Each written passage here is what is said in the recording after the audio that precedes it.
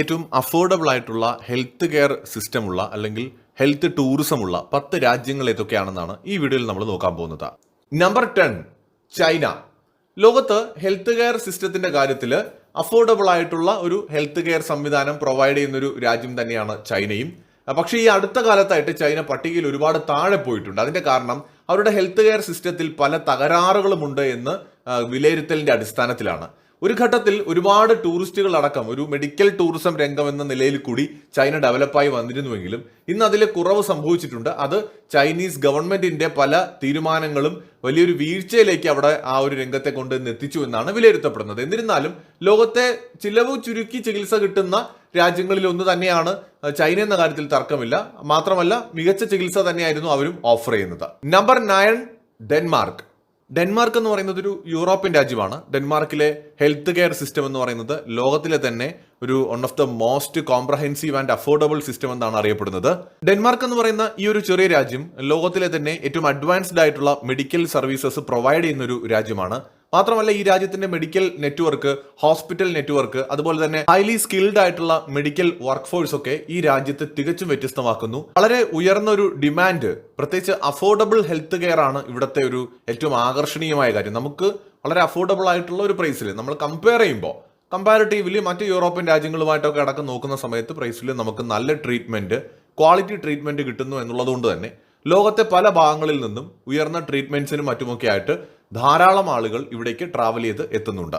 Number 8 തുർക്കി.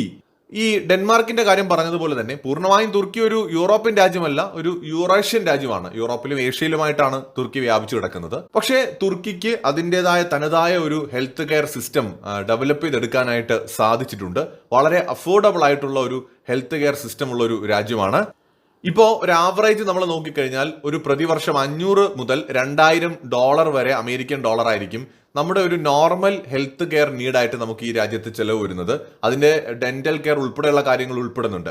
വാർഷികമായിട്ടാണ് പറയുന്നത്. $500 മുതൽ $2000 ഇടയിലുള്ള ഒരു എക്സ്പെൻസ് ആണ് ആരോഗ്യ സംരക്ഷണവുമായി ബന്ധപ്പെട്ട് തുർക്കിയിൽ നമുക്ക് വരുന്ന ചിലവ്.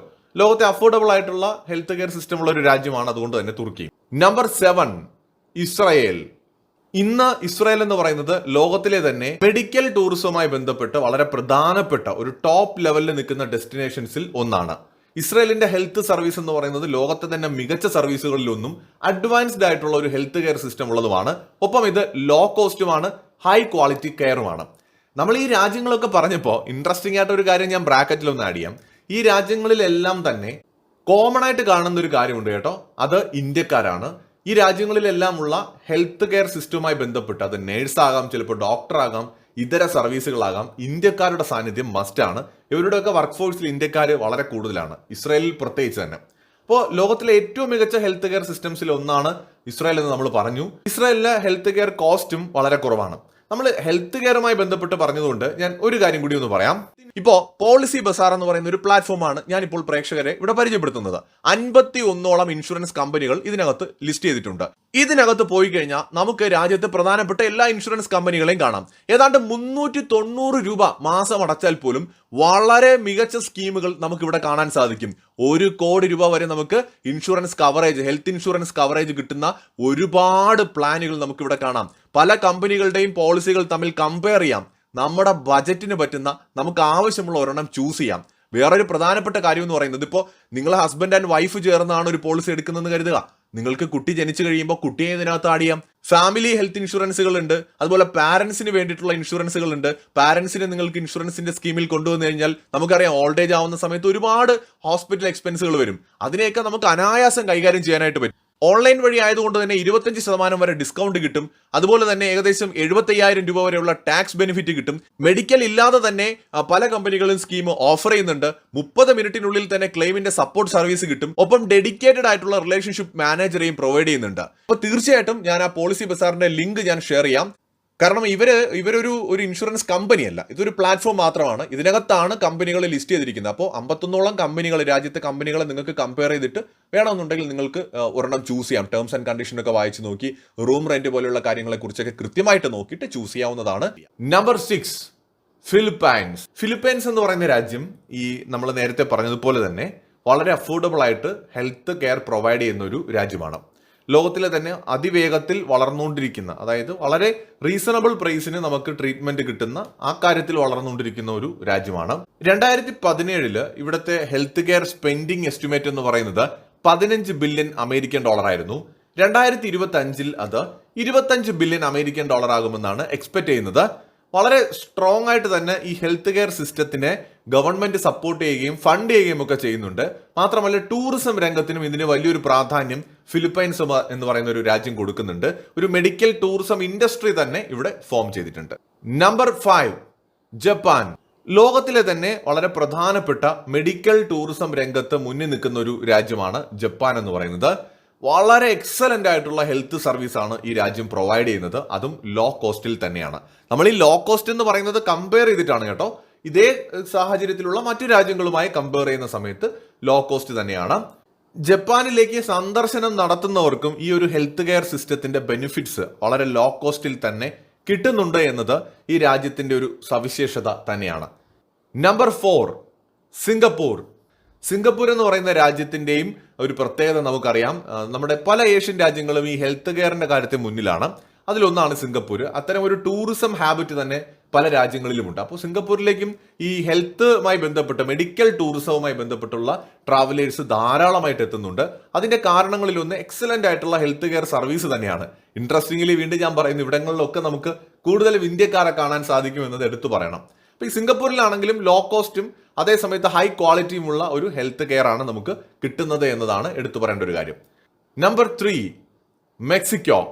മെക്സിക്കോ എന്ന് പറയുന്നത് ലോകത്ത് വളർന്നുകൊണ്ടിരിക്കുന്ന മറ്റൊരു മെഡിക്കൽ ടൂറിസം രംഗത്ത് അഫോർഡബിൾ ആയിട്ടുള്ള ട്രീറ്റ്മെന്റ് പ്രൊവൈഡ് ചെയ്യുന്ന ഒരു രാജ്യമാണ്. ഈ രാജ്യവും ഹെൽത്ത് കെയർ സർവീസിൽ എക്സലന്റ് ആയിട്ടുള്ള ഒരു രാജ്യമായി മാറിക്കൊണ്ടിരിക്കുകയാണ്. ലോ കോസ്റ്റ് ഹൈ ക്വാളിറ്റി തന്നെയാണ് ഈ രാജ്യത്തിന്റെയും പ്രത്യേകത എന്ന് പറയുന്നത്. അമേരിക്കയിൽ നിന്ന് പോലും പലരും മെക്സിക്കോ ഒരു മെഡിക്കൽ ടൂറിസത്തിന്റെ ഭാഗമായിട്ട് തിരഞ്ഞെടുക്കുകയും ട്രീറ്റ്മെന്റിനും മറ്റുമായിട്ട് അവിടേക്ക് പോവുകയും ചെയ്യുന്നുണ്ട്. കാരണം US അടക്കമുള്ള രാജ്യങ്ങളിൽ വരുന്ന എക്സ്പെൻസുമായി കമ്പയർ ചെയ്യുമ്പോൾ മെക്സിക്കോയിൽ ഭേദപ്പെട്ട ചികിത്സ കുറച്ചുകൂടി കോസ്റ്റ് കുറച്ച് ലഭിക്കുന്നു എന്നുള്ളത് തന്നെയാണ് എടുത്തു പറയേണ്ട കാര്യം. നമ്പർ 2 എന്ന് പറയുന്നത് തായ്ലൻഡ് ആണ്. തായ്ലൻഡ് എന്ന് പറയുന്നത് ഒരുപക്ഷെ നമ്മൾ ഇന്ത്യക്കാർക്കും മലയാളികൾക്കൊക്കെ സുപരിചിതമായിട്ടുള്ള ഒരു രാജ്യമാണ്. ഇവിടെ നിന്നടക്കം ധാരാളം പേര് തായ്ലൻഡിലേക്ക് പോകാറുണ്ട്. ഒരു ടൂറിസ്റ്റ് സ്പോട്ട് എന്നതിനോടൊപ്പം തന്നെ ഹെൽത്ത് ടൂറിസം അല്ലെങ്കിൽ മെഡിക്കൽ ടൂറിസം വളരെ കൂടുതലുള്ള ഒരു രാജ്യമാണ്. അഫോർഡബിൾ പ്രൈസിന് തന്നെ നമുക്ക് ട്രീറ്റ്മെന്റുകൾ അവിടെ ലഭ്യമാണ്. വിദേശികളായിട്ട് അവിടെ എത്തുന്ന ടൂറിസ്റ്റുകൾക്കും അവിടെയുള്ള ജനങ്ങൾക്കും വളരെയധികം അഫോർഡബിൾ പ്രൈസിലാണ് അവിടെ ഹെൽത്ത് കെയർ സിസ്റ്റംസ് വർക്ക് ചെയ്യുന്നത്. മികച്ച നെറ്റ്വർക്ക് തന്നെയുണ്ട്. സ്ട്രീറ്റുകളിലടക്കം ധാരാളം ക്ലിനിക്കുകൾ, അതുപോലെ തന്നെ പല വിധത്തിലുള്ള ഹെൽത്ത് ഫെസിലിറ്റീസ്. അത് ഇംഗ്ലീഷ് മരുന്നുകൾ മാത്രമല്ല, അവിടെ പ്രാദേശികമായി രൂപപ്പെട്ടിട്ടുള്ള ഒരുപാട് ചികിത്സാ സമ്പ്രദായങ്ങളുണ്ട്. അതോടൊപ്പം തന്നെ ടൂറിസത്തിന് വേണ്ടിയുള്ള പാർലറുകളുണ്ട്. അങ്ങനെ എല്ലാ തരം ഹെൽത്ത് കെയർ സിസ്റ്റംസും നെറ്റ്വർക്കും ഒക്കെ ശക്തമായിട്ടുള്ള ഒരു രാജ്യമാണ് തായ്ലൻഡ്. നമ്പർ 1 ഇന്ത്യയാണ്.